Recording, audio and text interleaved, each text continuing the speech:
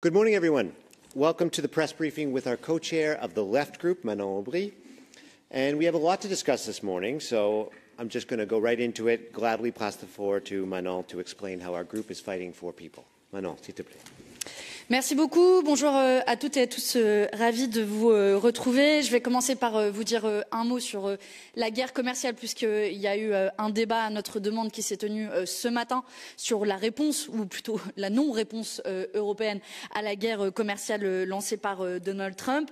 Je ne vais pas y aller par quatre chemins. On a une Union européenne qui, clairement, se couche devant les États-Unis de Donald Trump, qui refuse d'utiliser les outils qui existent et qui sont à sa disposition, notamment les outils anti-coercition, et qui, pire encore, cède au chantage de Donald Trump en promettant d'acheter 50 milliards de plus de produits américains, en promettant d'acheter plus de gaz naturel liquéfié américain, en proposant d'acheter plus de produits agricoles, dont du soja. Et le pire, c'est que cette stratégie-là, elle est perdante. Parce que Donald Trump ne va pas s'arrêter là. Donald Trump va vouloir qu'on achète encore plus de matériel militaire. Bref, c'est une course au libre-échange à laquelle cède l'Union européenne en proposant un accord zéro tarif douanier aux États-Unis. Donc, on a vu que le libre-échange nous amène dans cette impasse. Mais la réponse de l'Union européenne, c'est dire vite, vite, vite. Encore plus de libre-échange, toujours plus de libre-échange. Et le commissaire, ce matin, Šefčovič, vient dans l'hémicycle en disant « Formidable, on va avoir un accord avec les États-Unis. » Et puis derrière, un accord avec la Thaïlande, le Mercosur, l'Indonésie, l'Inde, le Mexique. Bref, la foire aux accords de libre-échange qui vont nous rendre toujours plus dépendants. Au lieu de se poser la seule question qui vaille, de quoi avons-nous besoin et comment faisons-nous en sorte de le produire ici, en Europe. Deuxième sujet que je voulais aborder, c'est évidemment la situation absolument catastrophique dans la bande de Gaza.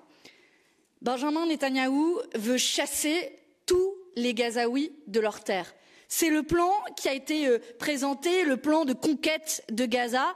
Comprendre, chasser l'ensemble des Palestiniens du territoire de Gaza et faire en sorte que plus un seul Palestinien ne vive sur cette terre. Et pour cela, il rajoute à l'horreur du massacre qui est déjà en cours une autre arme de guerre, la famine. Voilà 2 mois que les Palestiniens n'ont plus accès à la moindre aide humanitaire. Voilà 2 mois et bien plus désormais que les Palestiniens sur le sol de Gaza vivent de la faim entre les bombardements qui les visent et les ruinent. Et le gouvernement israélien a poussé l'horreur et même allé jusqu'à cibler un navire humanitaire flottille dans les eaux internationales avec des drones israéliens. Et une fois de plus, ce gouvernement illustre son intention, qui est une intention génocidaire. Et si ce serait passé n'importe où d'autre dans le monde, de toute évidence, il y aurait eu une émotion au Parlement européen, il y aurait eu une minute de silence, il y aurait eu un débat, il y aurait eu une résolution. Mais non, quand ce sont les Palestiniens, quand c'est dans la bande de Gaza, on ferme les yeux. Les autres groupes refusent notre demande de débat que nous avons fait hier. Les autres groupes politiques refusent de réagir, refusent de suspendre l'accord d'association entre l'Union européenne et Israël, refusent de prendre des sanctions, refusent d'appliquer le mandat d'arrêt de la Cour pénale internationale à l'encontre de Benjamin Netanyahou. Pire encore, quand il vient sur le sol hongrois, il n'est pas arrêté. Quand il survole le sol français, il n'est pas arrêté, alors qu'il existe des outils vis-à-vis de la Cour pénale internationale qui est attaquée par Donald Trump.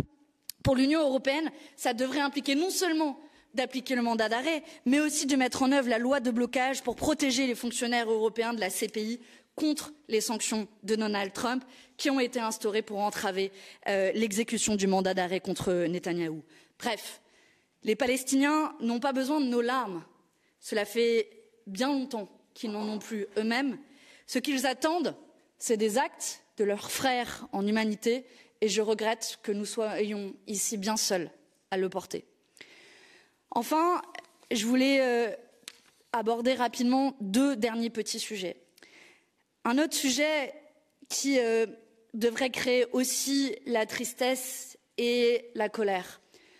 La tristesse parce que je pense aujourd'hui à la famille d'Aboubacar Cissé qui a été assassiné en France parce qu'il était musulman. La colère parce que ce que c'est aujourd'hui, et il faut mettre les mots, la colère, parce que c'est un attentat islamophobe qui a été traité en France et dans l'Union européenne comme un simple fait divers. Sauf que l'islamophobie n'est pas un fait divers, c'est un racisme qui est systémique et qui se déverse partout en Europe, où les discours de haine anti-musulmans se banalisent et fleurissent.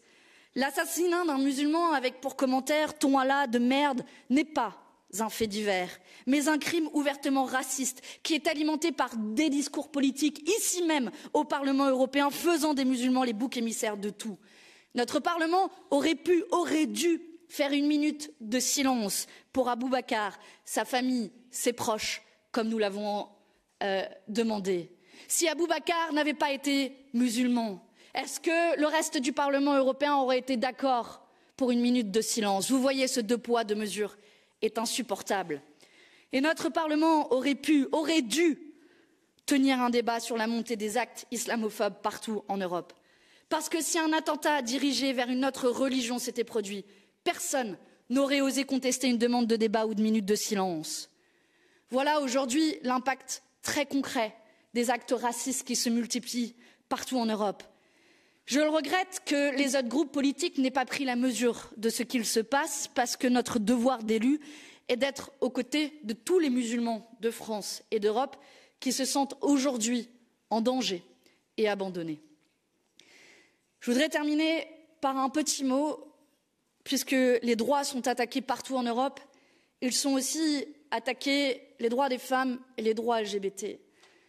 Je me suis rendue la semaine dernière en Pologne pour amener des pilules abortives dans un pays qui, comme vous le savez sans doute, est un pays qui interdit le droit à l'avortement.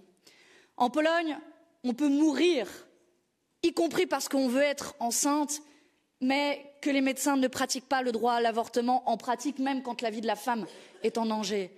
En Pologne, on peut mourir parce qu'on décide de choisir pour son propre corps et pour son propre avenir. En Pologne, les activistes qui défendent le droit à l'avortement sont poursuivis, sont menacés, y compris tous les jours dans ce centre avortement pour l'avortement qu'elles ont ouvert juste en face du Parlement polonais. Tous les jours, elles subissent les attaques de l'extrême droite, y compris des attaques à l'acide. Et que leur réponde la police qu'elles l'ont bien cherché, que c'est leur faute. Voilà contre quoi nous nous battons. Voilà pourquoi nous sommes fiers, avec ma collègue Mathilde Panot, présidente du groupe Insoumis à l'Assemblée nationale, d'avoir pris cette initiative, avec le soutien de notre groupe de la gauche au Parlement européen, d'avoir collecté les fonds pour financer des pilules abortives et avoir amené, y compris, même si c'est illégal, d'avoir amené des centaines de pilules en Pologne qui vont permettre à des centaines de femmes d'avorter en toute sécurité. Parce que oui, nous en sommes là, en 2025, à voir, nous, députés européennes, à braver la loi pour permettre à des femmes de disposer de leur propre corps. Eh bien, cet acte de solidarité, nous le répéterons autant de fois que nécessaire, et tant que le droit à l'avortement ne sera pas légalisé. Nous nous rendrons de nouveau en Pologne au mois de juillet. De nouveau, nous apporterons des pilules abortives, parce que notre corps de femme n'appartient ni à l'État, ni à l'Église, ni à qui que ce soit, mais il appartient à nous-mêmes. Et puisque je parle de défense de droits fondamentaux, je voulais aussi vous annoncer que notre groupe enverra une délégation à la Pride qui a été interdite, comme vous le savez, par Viktor Orban en Hongrie, à Budapest, qui aura lieu, si ma mémoire est bonne, le 28 juin. Aux côtés de plusieurs députés de mon groupe, je serai présente pour dire qu'à chaque fois que les droits sont attaqués par un dirigeant européen, il nous trouvera sur son chemin. Et qu'en Hongrie, comme partout en Europe, on a le droit d'aimer qui on veut. On a le droit de célébrer les couleurs que l'on veut. Et je suis très fière qu'on puisse y envoyer une délégation la plus importante possible du Parlement européen pour envoyer un message de fermeté à Viktor Orban, faute d'avoir ce message de fermeté qui vient des autorités européennes.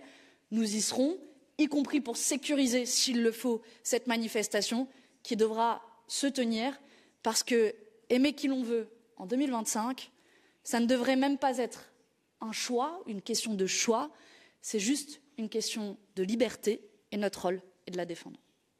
Je vous remercie.